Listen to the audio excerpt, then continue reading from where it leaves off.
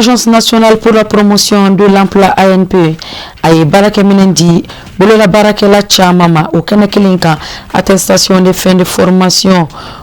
o dira mauma mununi olukun garsiga dona doni kangurali kalana kalamununi akera baranyi ntokuka kenyere ye ani informatique ka sigi nyere kera ka ben tarata jouer kalu klemuwa ani worodima.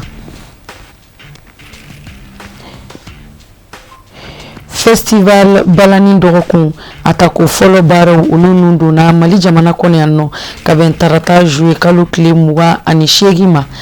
kaula donia ka fo abina to sena fo utikalu klefla asigile no 5 stade 26 mars la yirma joka ufeno haklina nyere association culturelle na yereki odeka haklina yi ani ademe bagaje kulu ka bulu di nyoma kono ode andon kanye bakuru bakuna fununa kuna funu wero bina faranika ka wala wala likala ni la selin sinfe ayo bismillah.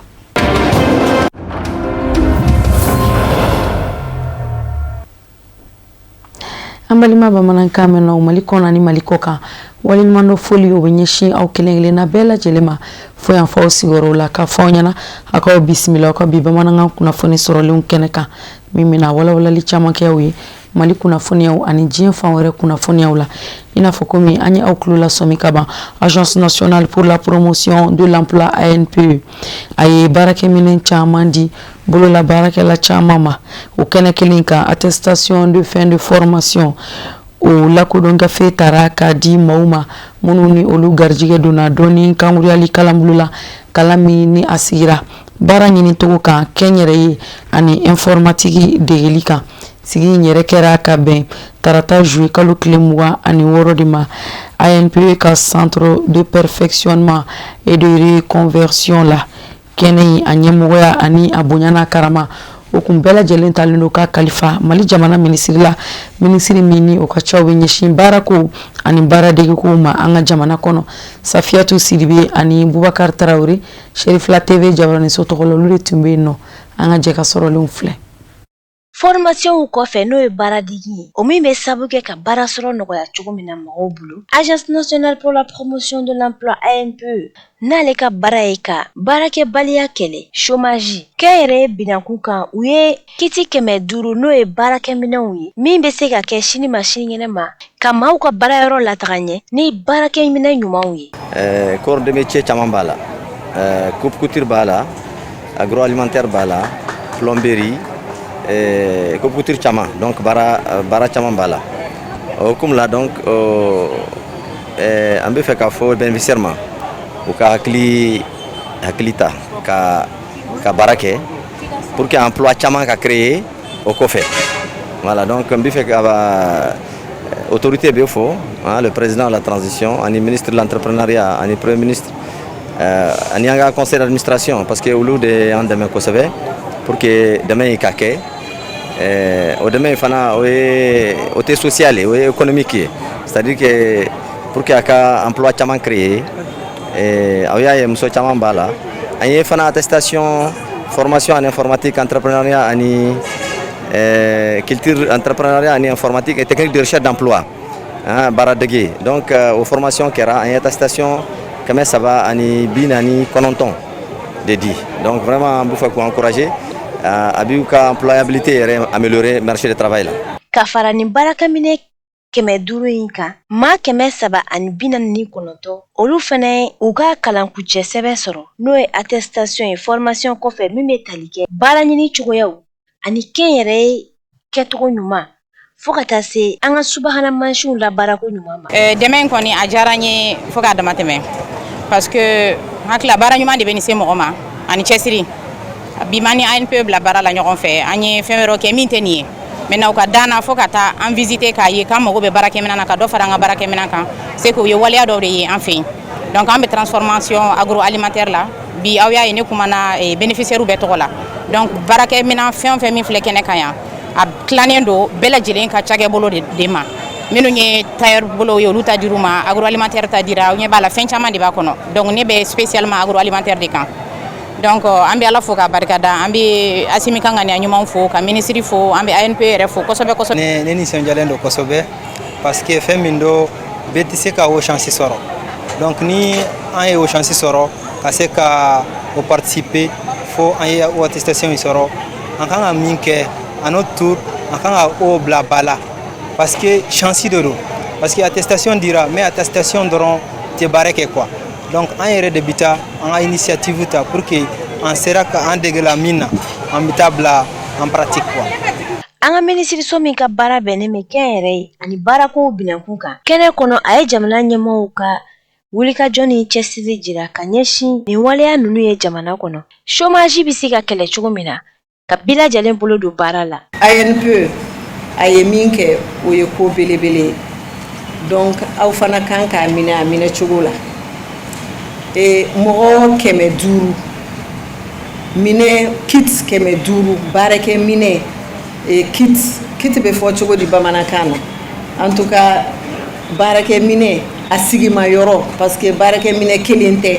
a caman faralen ɲɔgɔn kan min bɛ se k'aw dɛmɛ aw yɛrɛ ka se k'aw ka entreprise dayɛlɛ aw ka se k'aw yɛrɛ nafa hali n'an y'a jate minɛ kit de couture minnu dira machine kelen n'a dir'i ma hali n'i y'a sigi i ka bulonda de la don o don i bɛ fini den 2 kala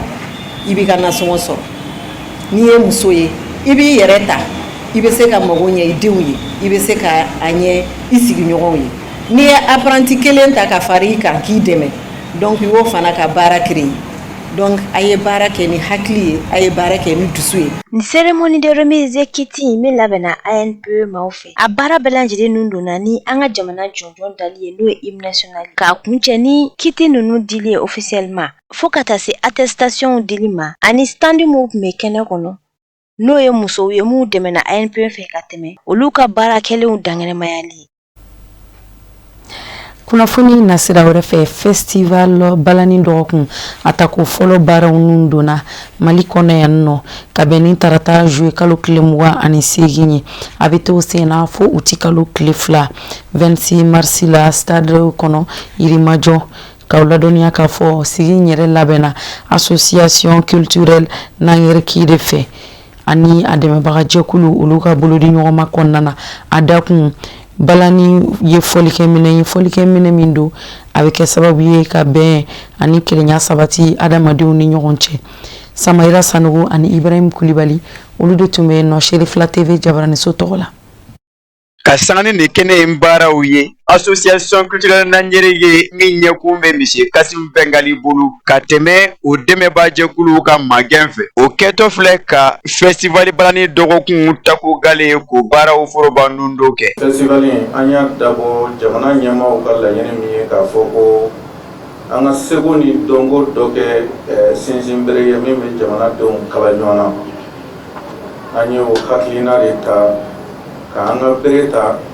ka balani lajɛ balani ye jiri ye min nin baladen bɛɛ lajɛlen bɛ bɔ jirisun kelen na a si ni si tɛ kan kelen fɔ bala composition kelen don dɔgɔnin fo ka taa se kɔrɔ ma dɔgɔnin kan tɛ yɛlɛ kɔrɔ sanfɛ o min fana dalen don kan o kan tɛ yɛlɛ kan fo ka taa se cɛkɔrɔba ma a bɛ to mankan mɛn guwa bala fɔlɔw b'a dɔn n bɛ ka fɛn min fɔ. Anw fana hadamadenw bɛ ten de an bɛɛ n'an danfara don bɛɛ ni kɛcogoya don an y'a ye k'a fɔ bala de bɛ se ka sinjiya ka sinsin ka malidenya k'an fara ɲɔgɔn kan. Seko ni dɔnko kanubaw minnu nana ka caya u ma fɔ o jigi kɔ baw ni baara ninnu ŋɛrɛ sababu festival balani dɔgɔkun ɲɛbila baara dɔw ka yira u la ka sanga ni buwaw ka seko ni dɔnko senifo balani ani a dɔnse ɲumanw fo ka se guzubala sorofe kɔnɔ Mariamu Bagayogo ale ka nɔbilaw fɛ. Bala kun dɔgɔkun sigi ka bɛlɛdukaw ka olu invité ka sugelen d'u ma a ye anw sewa kosɛbɛ bon anw b'a dɔn bala kɔni Sikaso ta don tiɲɛ don nka bi n'i ye bala lajɛ Mali kɔnɔ maa bɛ anw bolo bala ta sira fɛ mun ye bala yɛrɛ mémoire yɛrɛ défendbaga de ye Mali kɔnɔ ani diɲɛ kɔnɔ bi o ye Mariamu Bagayogo la preuve en est que elle a mérité le prix Aga Khan Award aujourd'hui cette année un prix international à cause du balafon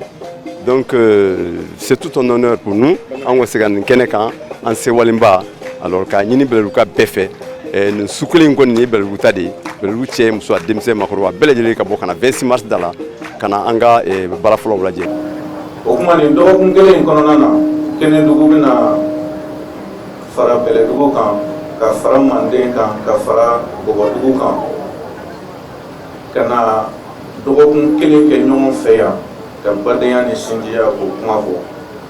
ka dɔnniyaw k'o falen falen ɲɔgɔn na ka se ka Mali bɛn kuma k'o fɔ dɔgɔkun kelen nin fana kɔnɔ an ye sugu bulon n'an bɛ sanni feere kɛbagaw an b'olu fo kosɛbɛ yan o fana dara n na ka na staniw ta ka sanni feere u ka seko dɔnko o fana k'o yira anw na dɔgɔkun kelen kɔnɔna na an bɛ waati min fana na kalanbila waatiw don an y'a ye k'a fɔ o ɲɛnajɛ ninnu kɔnɔna na an ka denmisɛnnin ɲɛnajɛ kulon yɔrɔ dɔ fana lasigi min ni denmisɛnninw bɛna kulon kɛ nka u bɛ kalan kɛ kalan ye mun ye o y'an ka seko ni dɔnko ka se k'o basigi ni k'o dɔn. A kɛtɔ ka kɔnabɛlɛkulu maaw fo u ka nin hakilina in na minnu hakilina ye ka balani yanga a kanubaw ye seko ni dɔnko minisiri ka nɔrɔ bila a ye a yira k'a fɔ balani ye an ka laadala fɔlisen min jɔyɔrɔ ka bon kosɛbɛ depuis lawale fa bi. Ne ye ɲinili min k'a kan ne ye kunnafoni minnu sɔrɔ a la fɔlɔ na ne ye ɲininkali kɛ ka na se bɛlɛ kɔ ka ɲininkali kɛ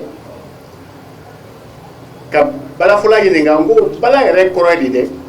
a daɲɛ in n'a bɛ fɔ ma ko bala a kɔrɔ ye di balafɔla ma jaabi jɔnjɔn di ne ma cɛkɔrɔba dɔ bɛ kɔfɛ o sina ka wuli k'i sigi ko nɛgɛ ko e tɔgɔ mun mɛn dɛ ko e ɲɛ t'u la k'u bɛɛ bɛ bala wa k'u bɛɛ bɛ bala e ɲɛ t'u la wa ko ninnu bɛ bala cogo min na anw bɛ bala ten ayiwa an k'anw bɛ ɲɔgɔn dafa an tɛ ɲɔgɔn sɔsɔ ko bala y'o den ye. Kuma fɔlen tɛmɛnen kɔfɛ minnu masiri la ni seko ni dɔnko kɛwale dɔw ye ka nɔfɛtigiw dɔnsen dumanw ani farikolo ɲɛnajɛ kɛwale dɔw la minnu kɛra sababu ka nabaw nisɔndiya jaraba labanna ka tigɛ ɲɛmaw fɛ ni ka sɔrɔ ka don ka munumunu saliw kɛ ka ɲɛda labɛnw kan standuw kɔnɔna na. Kunnafoni na sira wɛrɛ kan parking super auto cakɛda de don min ka baaraw bɛ ɲɛsin bolimafɛnw a sugu caman feereli ma a ɲɛmɔgɔya so ani Sherifila TV ka tɛmɛ siraba kumakan jamukan fɛ u ye bɛnkan sɛbɛn dɔ tɛgɛnɛ bila u ni ɲɔgɔn cɛ bɛnkan sɛbɛn yɛrɛ a baarakɛɲɔgɔnya a bɛna kɛ sababu ɲuman ye siraban kana o lakanani ko bɛ se ka sabati cogo min Mamadu Ben Sherifu Sumano ani Nuhum Kone olu ka sɔrɔlenw don. Super auto la maa min ɲɛsinen no jagoko kunkanko ɲɛnabɔli ma directeur commercial a ka kumaw la a y'a yira kun mun kɛra sababu ye u ka sɔn ka Sherifila Tele ka jɛmukan min bɛ wele siraba kumakan k'o sponsoriser a y'a yira k'a fɔ Sherifila Tele lajɛlen no kosɛbɛ ka sababu kɛ olu ye mobili feerelaw ye ni mobili bolilaw ka lakana sabatira o ye fɛn ye fɛn mun ni o bɛ olu ka ɲɛtaga fana kofɔ. An ye siɲɛ kelen kɛ ka fila kɛ je pense ni kan ka kɛ siɲɛ naaninan ɲɔgɔn ye ni saba tɛ naaninan don a tɛ n kunna kosɛbɛ bon an ye jateminɛ kɛ aw ka baara tacogo la Sherifila audience min bɛ Sherifila Tele fana bolo an ye o fana jateminɛ donc o bɛɛ hukumu kɔnɔna na an ye mobili feerelaw ye bolifɛn feerela ye n'i ye émission min bɛ yen min bɛ bolifɛn fɔ sarabaga kasara kunnafoni jumanw di walasa dɔ bɛ se ka bɔ sarabaga kasara la cogo min na ne kɔni bolo o ye anw bolo o ye fɛn ye an kan ka se ka min jukɔrɔma tondo min b'a to a bɛ se ka taa ɲɛ cogo min na parce que bolifɛn feereli ye tiɲɛ mais siraba ni kasara ka ca siraba kan donc ça veut dire que o man ɲi jamanadenw ma parce que maa kɛnɛman de bɛ se ka fɛn wɛrɛ kɛ dɔ bɛna mobili kelen san bi n'a ye kɛnɛya sɔrɔ o bɛna mobili fila san o bɛ se ka saba san donc ni ko y'i sɔrɔ donc o tɛ ɲuman ye donc a bɛ se ka kɛ e n'anw ka client bɛ se ka dan o yɛrɛ ma donc o t'anw ka laɲini ye donc o bɛɛ de kosɔn an ye sigira ka a ko fɛsɛfɛsɛ k'a dɔn k'a fɔ aw ni dɛmɛ kan kan donc o de y'a to an ye partenariat kɛ ni aw ye bon an bɛ dugawu de kɛ sa ala k'a kɛ furututu ye. Super auto directeur ye a yira fana k'a fɔ ko bolimafɛn ko la clients mana se olu fɛ i nimisi wasalen de bɛ bɔ ka d'a kan olu bɛ nɔgɔya kɛ clients ye bolimafɛn sugu o sugu ni mago b'a la fana i b'a sɔrɔ olu fɛ yen nɔ o fana kɔfɛ n'i ye bolimafɛn san olu fɛ o t'a bannen u bɛ i ka bolimafɛn u b'i bilasira ni hakilinaw ye u kan ka dɛmɛ mun k'i ye ni u b'a fɔ ko service après vente o bɛɛ b'olu fɛ yen an bɛ don min na i n'a fɔ bi bolimafɛn sanni ko la nimisiwasa dan o y'olu ta ye ka d'a kan u ka laɲini fanba ye o de ye k'a ɲɛsin clientw ma nin bɛɛ ye walasa malien ka se ka nimisi ka se ka wasa ani u mako mana jɔ baarakɛ minɛ minnu na u ka sɔrɔ teliya la comme jamana bɛ ligne min kan sisan sira min kan n'o ye développement sira ye donc an yɛrɛ ta an kolo la donc o dun tɛ taa a minɛnw fɛnɛ kɔ donc o de kosɔn an b'a gɛlɛya cogo bɛɛ la walasa client mana na cogo o cogo a bɛ na baarakɛ minɛ min nɔfɛ ou bien a bɛ na bolifɛn min nɔfɛ o ka sɔrɔ an fɛ yan teliya la clientw kɔni an bɛ welewelekan de d'aw ma ka ɲɛsin bɛɛ lajɛlen ma k'a fɔ n'i nana super auto la i ni nimisi wasa de bɛ bɔ yan i ni k'a fɔ k'i nana fɛn kama k'i na a bɛn yan k'i m'a sɔrɔ a ka gɛlɛn k'a fɔ ko an ti bɛn fɛn na donc o nɔgɔyaw bɛɛ kama an bɛ clientw wele u kana a lajɛ donc n'i nana siɲɛ fɔlɔ la yɔrɔ la n'a jara i bɛ filanan kɛ donc clientw u kana a lajɛ k'a dɔn k'a fɔ an bɛ baara kɛ cogo min na an bɛ nɔgɔya kɛ clientw ye cogo min na u b'o se k'o dɔn n'ala kuma kuncɛ kuma na ka foli di aw ma bɛɛ ka surtout ka foli di yɛrɛ ma i n'i ka timinandiya la depuis i bɛ na i ye nali daminɛ k'a kɛ an ye sera ka émission fɔlɔw kɛ ka filanan kɛ fo ka na se partenariat ma vraiment an bɛ o foli lase i ma ka foli lase i baarakɛɲɔgɔn tɔw bɛɛ ma mais an bɛ aw jɔyɔrɔ ye la voilà ka sɔrɔ ne yɛrɛ ma baara daminɛ ne ni aw de la ka baara kɛ ɲɔgɔn fɛ donc n taara aw ka direction na n taara aw ka direction technique la n ye baara kɛcogo ye vraiment n y'a ye nin ye don dɔ télé belebeleba ye or a dun bɛ ka a b'o sira kan vraiment k'o foli lase aw ma. Côte d'Ivoire jamana kɔnɔ Grand Bassam misiriba imam di Sheikh Laji Njayi ale de kɛra Côte d'Ivoire alisilamɛya dɛmɛtɔn Ansaru u ka mawludu ba den fa ye an nana kana foli bila alisilamɛya dɛmɛtɔn Ansaru ɲɛjɔyɔrɔ la an fa n'an karamɔgɔ a Seyid Sherif Usman Madani Haidara a dagayɔrɔ la Abidjan rond-point Ado la sigi yɛrɛ kɛra ka bɛn tarata juillet kalo tile 21 de ma an ka jɛ an ka sɔrɔlenw ɲamada Fatumata Kani bɛna walawala. Kuma dɔ n'aw ko ten ko maa ni tigɛ maaba ye fɔ ka taa diɲɛ ban wa maaba yɛrɛ de fana bɛ maa ka bonya dɔn bonya bɛ manden bonyamasegi bɛ manden Sheikh Laji Njayi Côte d'Ivoire jamana kɔnɔ ni ale de sugandira ka kɛ ɲina mawuludu silamɛya dɛmɛtɔn Ansaru Côte d'Ivoire kɔnɔ a den fa ye ni y'a nale waliɲuman dɔn foli kɛ Basande Bani ye farafina kunnawolo ni waliɲuman dɔn taama kɛrɛnkɛrɛnnen ka ɲɛsin Seyid Sherif Usman Madani Haidara ma mawuludu nabawi Ivoire jamana kɔnɔ a den fa fɛ Sheikh Laji Njayi Seyid Sherif Usman Madani Haidara a ka denbaya bɛɛ lajɛlen dakurun ye kelen kana sa ka kalandenw bɛɛ lajɛlen ma mawuludu den fa Sheikh Laji Njayi a ko a bɛ waliɲuman dɔn foli kɛ u ye k'a ka kanu kumaw kɛrɛnkɛrɛn ka ɲɛsin Haidara n'a kanubaw bɛɛ lajɛlen ma n'o de y'a kɛ a wulila ka Sirifila duba sanuman sɛgɛrɛ Côte d'Ivoire jamana kɔnɔ nisɔndiyaw bonyara Sheikh Laji Njayi bolo. ko ni mɔgɔ ka ɲuman kelen k'i ye taa sɛbɛn fara kan a tɛ tunu n'a ka juguman kelen k'i la a sɛbɛn furu kan fiɲɛ mana gosi dɔrɔn a bɛ taa a ka ɲuman surtout an ma juguman yɛrɛ k'anw na fo ɲuman fo a nana sara tɛ se ka an mana kana sara maa nana kana dɔn a ye parce que mɔgɔ si ka ɲuman sara ni ala yɛrɛ tɛ i b'a dɔn nin mɛ i tɛ se ka sara dɛ ɲuman bɛɛ tɛ ko ka wari d'i ma ayi hali ni maa min k'i kanu a ka ɲuman k'i ye o ka alakira ko di ittaqu sharri man ahsanta ilayhi maa ma ɲani ma i bɛ se ka ɲama kana juguya dɛ bi wulila nɔfɛ don o don ale tɛ a ka ɲuman de b'i kɛrɛ a ka ɲuman min k'anw ye an tɛ se ka sara foyi t'anw bolo ni kanu tɛ ale kelen fana tɛ dɛ ale wo a den wo a ka kalandenw a kelen si tɛ yen min m'anw kanu ale kama harun filɛ nin ye an tɛ dɔgɔkun kɛ n'an tɛ ɲɔgɔn wele mun kama fa ka kanu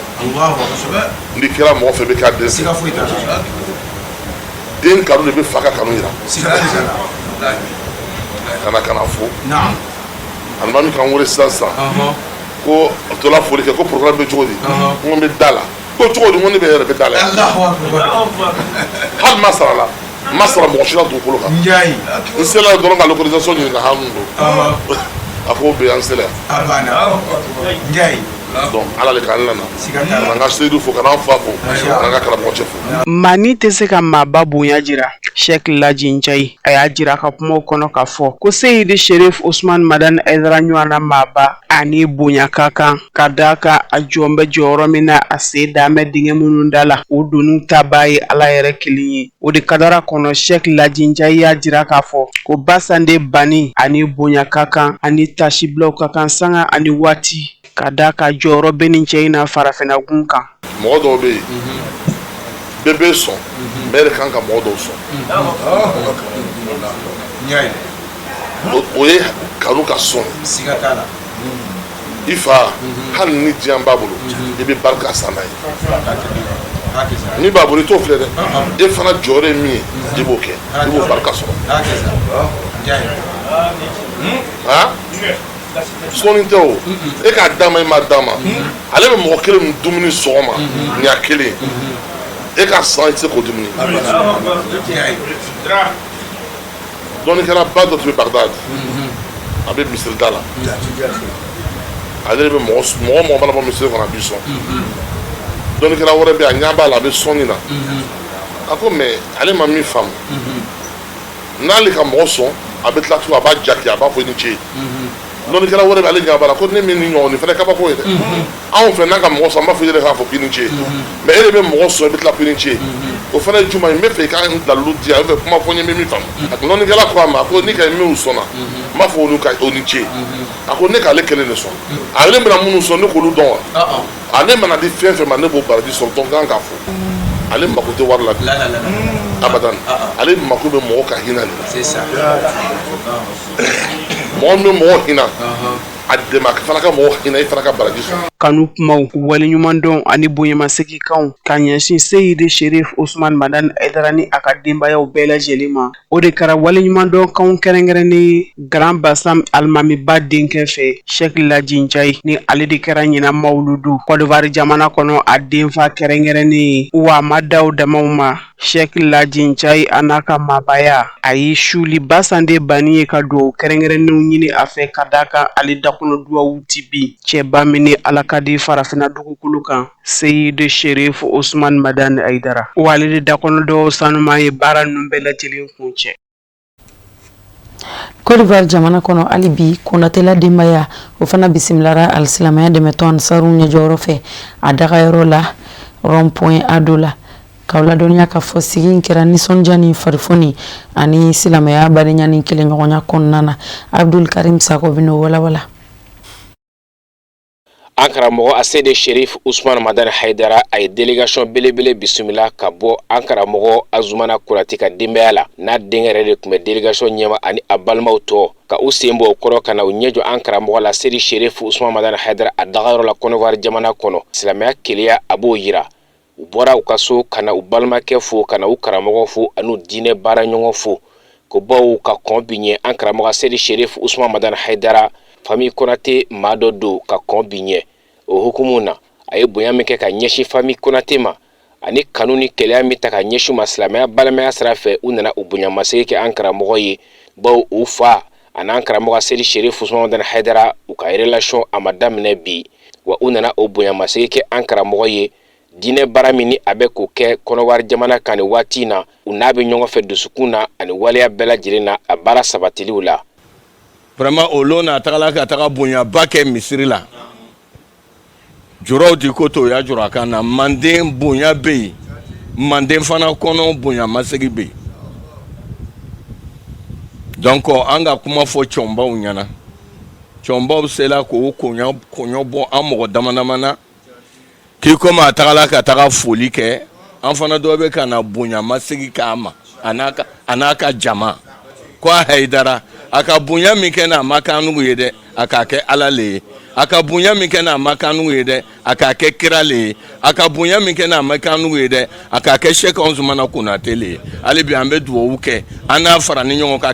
ka kɛnɛya d'a ma Ala m'o kɛnɛ ka si barikaman d'a ma Ala m'o kɛnɛ an bɔtɔ le ye Kozim réunion na ne yɛrɛ ma se so kɔnɔ an tɛmɛna ya directement Sheikh Ayima ko ni sela ko k'a fo foli la dante foli min na alimami minnu ka ɲɔgɔn bɛn Kozim réunion na bi a bɛ taa mɔgɔ kɛmɛ la a bɛɛ lajɛlen ko kana foli d'a ma ko a ni ce kunu a ni ce bi hali bi Ala si d'a ma a ni ce sini hali bi Ala m'an sutura la a si n'an si Ala m'a jɛɲɛna ka min la n dɔgɔcɛ ta kan o le ye nin ye n'an yɛrɛ tun mana foli nin kɛ can yɛrɛ la an yɛrɛ bɛ jigin an yɛrɛ la a yɛrɛ tɛ da jiginna na dɛ can yɛrɛ la an bɛ bana Ala de y'an kisi o ma a denw ta bana o tɛ diya ye parce que an fa tɔgɔman don ka na a fana y'an entourage ka bɛɛ fo k'aw fo aw tɔgɔw la k'aw fo aw jamuw na tɛgɛ kelen tɛ se ka bɛlɛkolo kelen ta fo mɔgɔw le bɛ jɛn a b'a baara kɛ n'an mɛnna a ye yafa an ma an b'a lawuli o ma hakɛto lamɛn nin kan salala Muhammad. Ni bɔɲɔgɔn ye kɔni kɛra nisɔndiya ye a kɛra waati kɛrɛnkɛrɛnnen an karamɔgɔ n'a ka nin dunaba ninnu cɛ ka bɔ Konate la duba la an karamɔgɔ y'a jira k'a fɔ Konate la duba ani Ali Aidara yɛrɛ ni ɲɔgɔn cɛ bila ko tɛ wa a nisɔndiyalen de y'a balimaw bisimila silamɛya balimaya tɔgɔ la u nana o keleya min yira a diyara ye a bɛn'a ma o baaraw kɔni kɛra nisɔndiya ani keleya ani munyamunya kɔnɔ ni ka laban ka kun cɛ ni duwawudon ye silamɛw bɛɛ lajɛlen ye. Fitina be yɔrɔ yɔrɔ an ka min lɔ an ma min lɔ Ala bɛɛ ban ehdina siratal mustaqim siratal ladzina an'amta alayhim ghayril maghdubi alayhim waladdallin. Kɔri b'ala jamana kɔnɔ foliw bɛ senna hali bi ka taa alisilamɛya dɛmɛtɔ Ansaru ɲɛjɔyɔrɔ ma Fédération de San Pedro Ansaru olu fana bisimilara an karamɔgɔ Haidara fɛ k'aw ladɔnniya k'a fɔ u nana ka n'a fo ka wale ɲuman dɔn ka bonyamasegin ka dugawu ɲini ani ka dugawu sama a n'a ka denbaya ma Lutu Sidibe ka jatalenw olu bɛna walawala Alhamidu Badini fɛ. Nisɔndiya ani munyamunya de kɔnɔna na alisilamɛya dɛmɛtɔn Ansaru tɔndenw ka bɔ San Pedro Fédération na o bisimilala alisilamɛya dɛmɛtɔn Ansaru ɲɛjɔyɔrɔ fɛ an fana karamɔgɔ Seyid Cherif Ousmane Madani Haidara.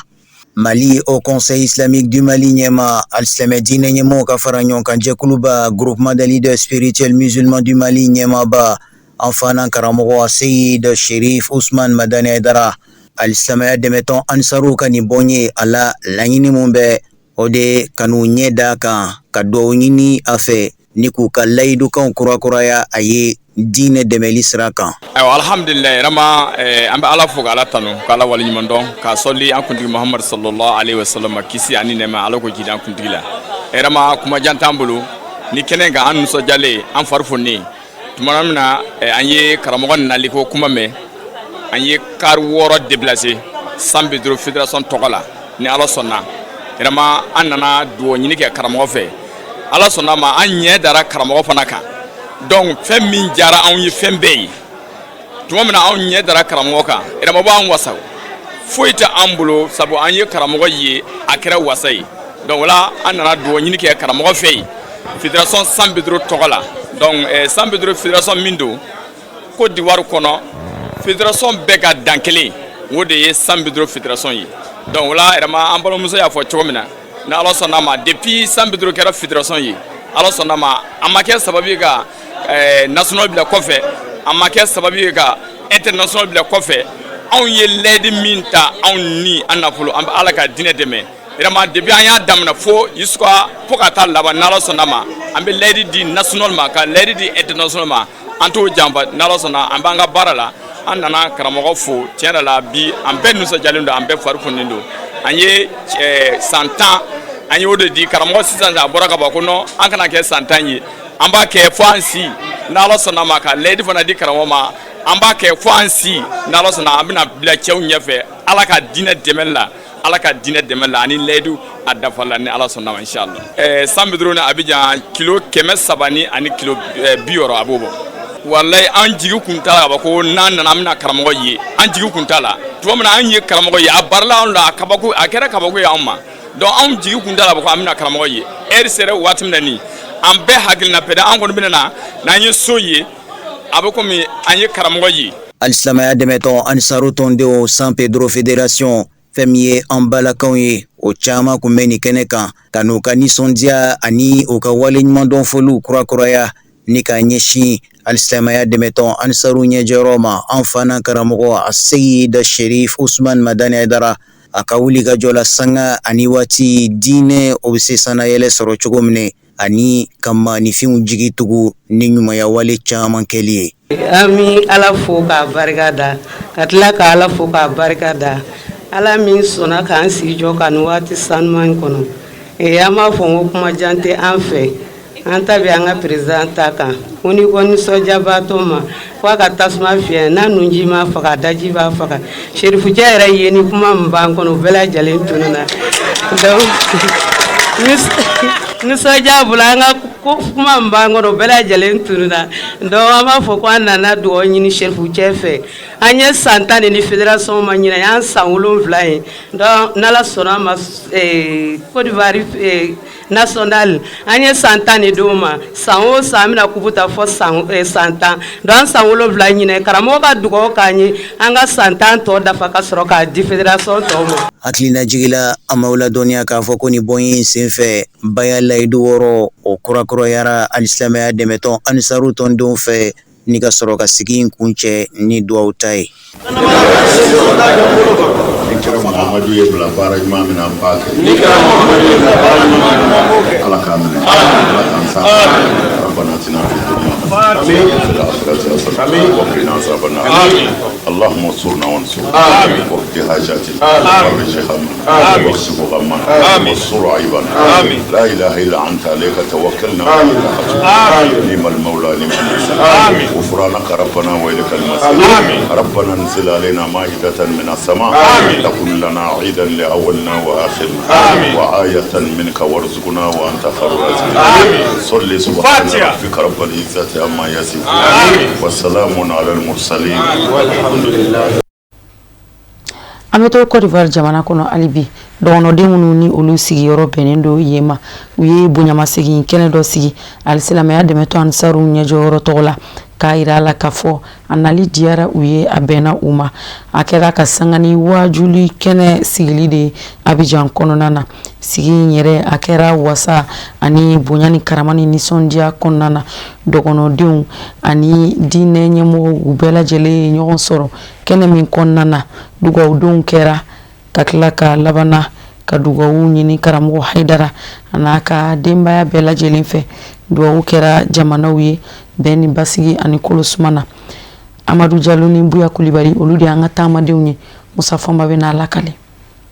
Ka sanga ni Côte d'Ivoire dɔgɔnɔw ka tɔ ye kɛrɛnkɛrɛnnen ɲɛna Abidjan kɔnɔ a n'a ɲɛmaaba Imam Maliki Tesuge nin wajuli kɛnɛba in sigira sen kan ka bɛn ni tarata juillet kalo tile 28 de ye Abidjan Williamsville ndolati kɛnɛba kan mɔɔw bɔra Abidjan fa bɛɛ lajɛlen la ka ɲɔgɔn sɔrɔ a kɛnɛ kan Silamɛya dɛmɛtɔn Fédération Ansarudine International fari fɛnɛ nɔ nabilalen kun don kosɛbɛ n'a président ba ye Adama Sanogo ka fara Burkina ADN Burkina kan ni o ye Surakata Salamantaw ye ani Congo Kinshasa Silamɛya dɛmɛtɔn Ansar Mustafa Sila ni kɛnɛ nin kan ka dɔgɔnɔw fo o barika la o ka wulikajɔ ni o ka cɛsiri la an karamɔgɔ Sherif Usman Madani Haidara dɛmɛni na a kɛla kunnadiya ye an ma tuguni parce que ni mɔgɔ n'i bɛ ko min na Ala yɛrɛ bɛ i ka kɔnɔgoya n'i ka ɲumanya n'i ka danaya o sira kan Ala yɛrɛ bɛ i dɛmɛ o sira dayɛlɛli la Ala sɔnna dɔgɔnɔ bɛ ni sigi min kɛ san o san ka bɛn an karamɔgɔ Sherif Usman Madani Haidara ma vraiment a kɛla nisɔndiya ye dɔgɔnɔw dɔrɔn tɛ a kɛla nisɔndiya ye Ansar bɛɛ ma a kɛla nisɔndiya ye Abidjan silamɛ bɛɛ lajɛlen ma an b'a la fo k'Ala barika da o la Haidara ka wajulu a assisteli ka k'a kɛnɛ kan non seulement wajibi lo mais dubabu mba kɔrɔ ka sigi dɔrɔn ka Haidara filɛ i ɲɛ na i bɛ baraji min sɔrɔ la i t'o sɔrɔ souvent i ka nafila seli dɔw la bon Haidara nana ka kɛ hɛrɛ le farafinna ma dunuya bɛɛ ma ma kɛrɛnkɛrɛnnen kɛra Mali silamatɔw ka fara ɲɔgɔn kan jɛkuluba au conseil islamique du Mali ma ɲɛma Mali silama diinɛ ɲɛmɔgɔw ka fara ɲɔgɔn kan jɛkuluba groupement des leaders spirituels musulmans du Mali ma ɲɛma silamɛya dɛmɛtɔ ansaru ɲɛjɔyɔrɔ Seyida Sherif Usman Madani Haidara n'a ka denbaya don kuma ye kɛnɛ kɔnɔ bani n'a ka dudenw u bɛɛ lajɛlen labɛn bɛ dɔgɔnɔfini na k'a jira k'a fɔ dɔgɔnɔya a ko yɛrɛ dɔn a ko danbe a ko bɔkolo a ko hɔrɔnya a ko diinɛ ni wajun labɛnna kun saba kan a fɔlɔ ye barika ɲini ye a filanan ye dafa ye a sabanan ye kanu ye kanu ni layidu dafa ani barika ɲini karamɔgɔ na o na Abidjan yan dɔgɔnɔ an kun bɛ fara ɲɔgɔn kan an bɛ taa fo ka barika ɲini bon n'ale ka denbaya min nana fana an bɛ fara ɲɔgɔn kan an b'u wele ka barika ɲini u fɛ mais an y'a lajɛ dɔgɔnɔ bɛɛ lajɛlen k'a tɔnɔ sɔrɔ an k'a kɛ kɛnɛba ye kɛnɛ wasalen bɛɛ ka na bɛɛ ka niyɔrɔta sɔrɔ ka karamɔgɔ yɛrɛ ye podium sanfɛ parce que alakira Muhammadu sallallahu alaihi wasallam a kun bɛ yɛlɛ ɲaamɛ de sanfɛ ka kuma bɛɛ fɛ bɛɛ ka ye ka ɲɛnɛfin bɔ bɛɛ la donc an y'a laɲini a Seydi Usman Madani Haidara bɛɛ ka ye a ɲɛnɛfin ka bɔ bɛɛ la a yeli nege bɛ bɛɛ la o kanu o layidu dafa ani barika ɲini a sigira o de la ni Ala sɔnna a nisɔndiya n'an ko min kuma a la kɔni Jallo an bɛ sɔn ka sini kɔnɔ dɛ ka da mun kan an nisɔndiyalen don ka se yɔrɔ min na bi Ala de b'a dɔn minnu ye ɲɔgɔn balen kuma na a bɛɛ lajɛlen ye wale ɲuman dɔnbɔli lase fɔlɔmaw ni labanamaw kuntigi Muhammadul Mustafa nɛɛma ni kisi bɛ a ye mɔden mɔ a Seyida Sherif Usman Madani Haidara kɛrɛnkɛrɛnnen ɲɛna dɔgɔnɔ ɲɛnatigɛw bɛɛ lajɛlen tɔgɔ la foli kɛrɛnkɛrɛnnen ɲɛsina bani mɔ ale min kɛra sababu ye ni ka dɔgɔnɔw wele ka taa Ala lasɔrɔ sira mɔ ni jogow dilali ye u y'o bonyamasegin kɛ a ye an balakaw fɛnɛ dɔgɔnɔw ka tɔ kɔnɔ o babu sentigi ye kuma ta ka wale ɲuman dɔ foli lase bani mɔ a kɛra sababu ye k'olu kɛ bi bolomada yɔrɔ ye musoya kɔnɔ silamaya musobaw cɛla u mana ye diɲɛ fa o fan fɛ bɛɛ b'i ɲɛmada u fɛ ka sabu kɛ denbaya ladon jogo furukɛ ladon jogo ni jogobaw ye silamaya matarafatɔ bisu na nisɔndiya min bɛ an na tiɲɛ yɛrɛ la dan tɛ nisɔndiya min na o de bɛ an na parce que an y'a siri u cɛ donc a nana bi ka dugawu kɛ dɔgɔnɔw bɛɛ ye donc an bɛ siri u cɛ wele barika ɲini ni ani dugawu ɲini a delila ka kɛ ka tɛmɛ mais an ye nafa caman sɔrɔ a la dugawu jaabila an ye dɔgɔnɔ bɛɛ ye donc an ka nafolo sɔrɔ an ka denw sɔrɔ donc farikolo kɛnɛya an y'o sɔrɔ donc an ye nafa caman sɔrɔ a la o le san o san ni karamɔgɔ nana o le kosɔn an b'a wele ka na dugawu kɛ dɔgɔnɔw bɛɛ ye a kun de b'o ye dɔgɔnɔmusow bɛɛ lajɛlen tɔgɔ la an bɛ dugawu min kɛ karamɔgɔ ye Ala ka si kɛnɛya laban ko ɲuman Ala k'o di an n'a denbaya bɛɛ lajɛlen ye an bɛ dugawu k'a ye ka tila ka dugawu ɲini a fɛ a n'a denbaya bɛɛ lajɛlen o ɲuman bɔra hɛrɛ la Ala k'o ɲuman segin hɛrɛ la ka taa denbaya ɲuman sɔrɔ la Ala m'o kɛ la kɛra n'a somɔgɔw bonya kama bilon dɔ hɔrɔma kama sɔli a rasulila Mali silamatɔw ka fara ɲɔgɔn kan jɛkuluba au conseil islamique du Mali ma ɲɛma Mali silama diinɛ ɲɛmɔgɔw ka fara ɲɔgɔn kan jɛkuluba groupement des leaders spirituels musulmans du Mali ma ɲɛma silamɛya dɛmɛtɔ ansaru ɲɛjɔyɔrɔ Seyida Sherif Usman Madani Haidara nisɔndiyalen ye kuma ta a labɛn ni dɔgɔnɔfini na a n'a ka denbaya bɛɛ lajɛlen k'a ka nisɔndiya jira dɔgɔnɔw na bonya ni karama la ka ɲɛsin a mɔ a sɔrɔla k'i da don silamɛya diinɛ na n'a ko daha bɛɛ basigi kelenya silamaw ni bɛɛ lajɛlen bɛ ɲɛ sigi la i ye silama ye i tɛ silama ye a sɔrɔla k'i sinsin jogo kan silamaya kɔnɔ diinɛ tɛ taa jogo min kɔ a ye ladilikan kɛrɛnkɛrɛnnen ɲɛsin furuɲɔgɔnmaw ma kɛrɛnkɛrɛnnen ɲɛna furukɛw ka tile furumusow ni ɲɔgɔn cɛ bani da sera nin bɛɛ lajɛlen mɔ ni ka sɔrɔ ka kɛnɛba in kuncɛ ni silamaya don ka layidu wɔɔrɔ bayatul islamiya tali ye ani bani ka dugawu kɛrɛnkɛrɛnnenw sisan an bɛ jɛ ka Musa Fɔnba lamɛn ka diɲɛ fan wɛrɛ kunnafoniyaw dɔn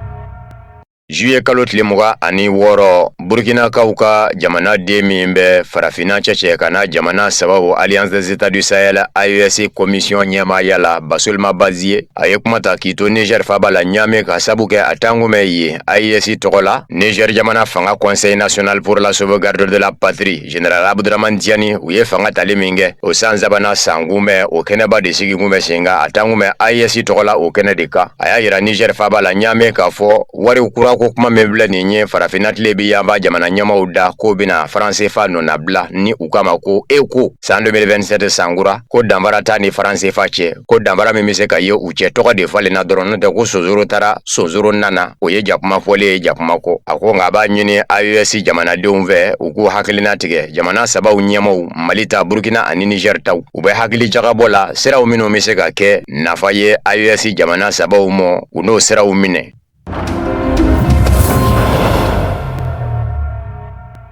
Senegali jamana wasablo ye yɛlɛma do jamana sariya sunba sariya sen 37 na nka sariya sen 37 na ɲɛsin bɛ jamana ɲɛma Basiru Jomayi Fayi bilankɔrɔmɔgɔ min bɛ a ka bolo kan fɔ secret ni dɔw kama ko caisse noire a bɛ se ka nafolo ta yɔrɔ min ka sɔrɔ a ma nɔbɔ a ma jate minɛ Senegali jamana wasablo denw n'a ma ɲɛ ko a fanba ye a yɛrɛ fadenw ye pastefu bi olu de kɛmɛ ka yɛlɛma do nin sariya sen na Basiru Jomayi Fayi jamana ɲɛma kunga o kuma ko wasaden jakulu dɔ bɛna sigi senga ka sɛgɛsɛgɛli daminɛ Basiru Jomayi Fayi ka fanga nɔfɛ minisiriw minnu bɛ yen ni olu bɛ kɛ marché dibaw ye marché ninnu bɛ ka di sariya labatolen wa juillet kalo tile 24 de yɛlɛma donna sariya sen in na wasablo kɔnɔ pastefu wasadenw fɛ wasaden jɛkuluw ka sɛgɛsɛgɛli kan ka ɲɛsin sanfɛ kalanko minisiri fɛnɛ mɔ ale nana ni hakilina min ye ko Senegali jamana lɔkɔliden ordinateur kelen o ordinateur ninnu zana sanjogo minnu na olu fɛnɛ na nɔbɔ wasaden jɛkulu ninnu fɛ.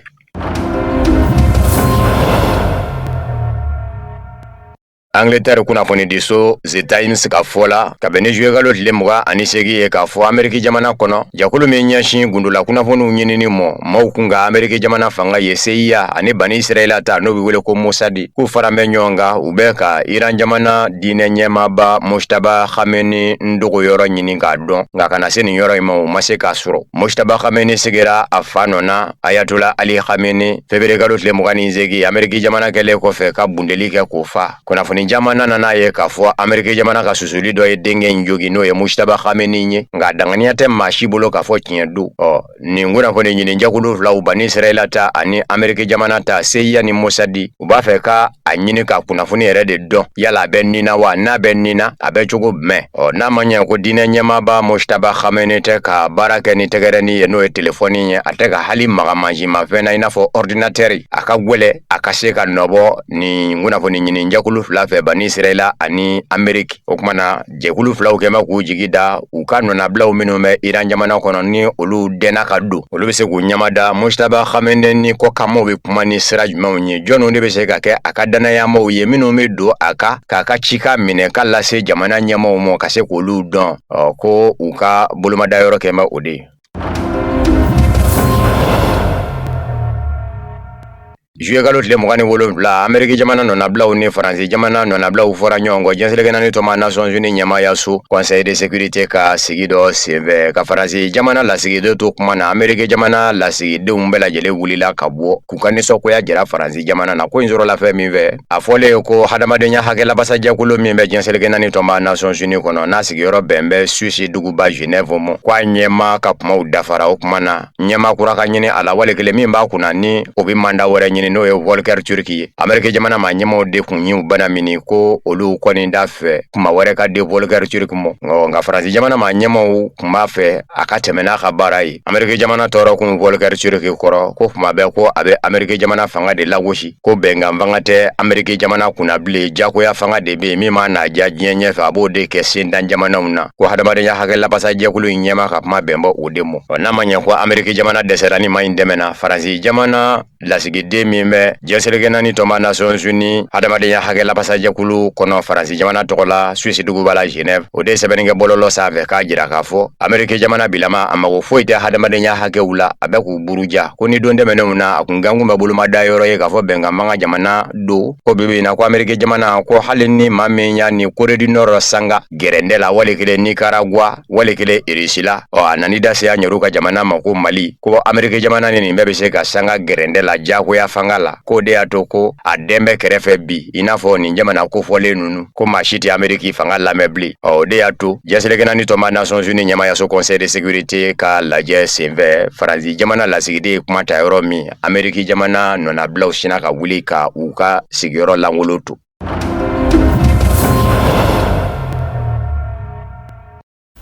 Wadi be dansigi bi bamanankan kunnafoni sɔrɔlen na minnu sera ka fara ɲɔgɔn kan ka bɛn ni waati ye kunnafoni di so ɲɛmɔgɔ so fɛ ka lase aw ma aw ni ce aw ka filɛliko ɲuman na aw kan bɛn diɲɛ waati wɛrɛ ni ala y'an si jɔ k'o kɔnɔ.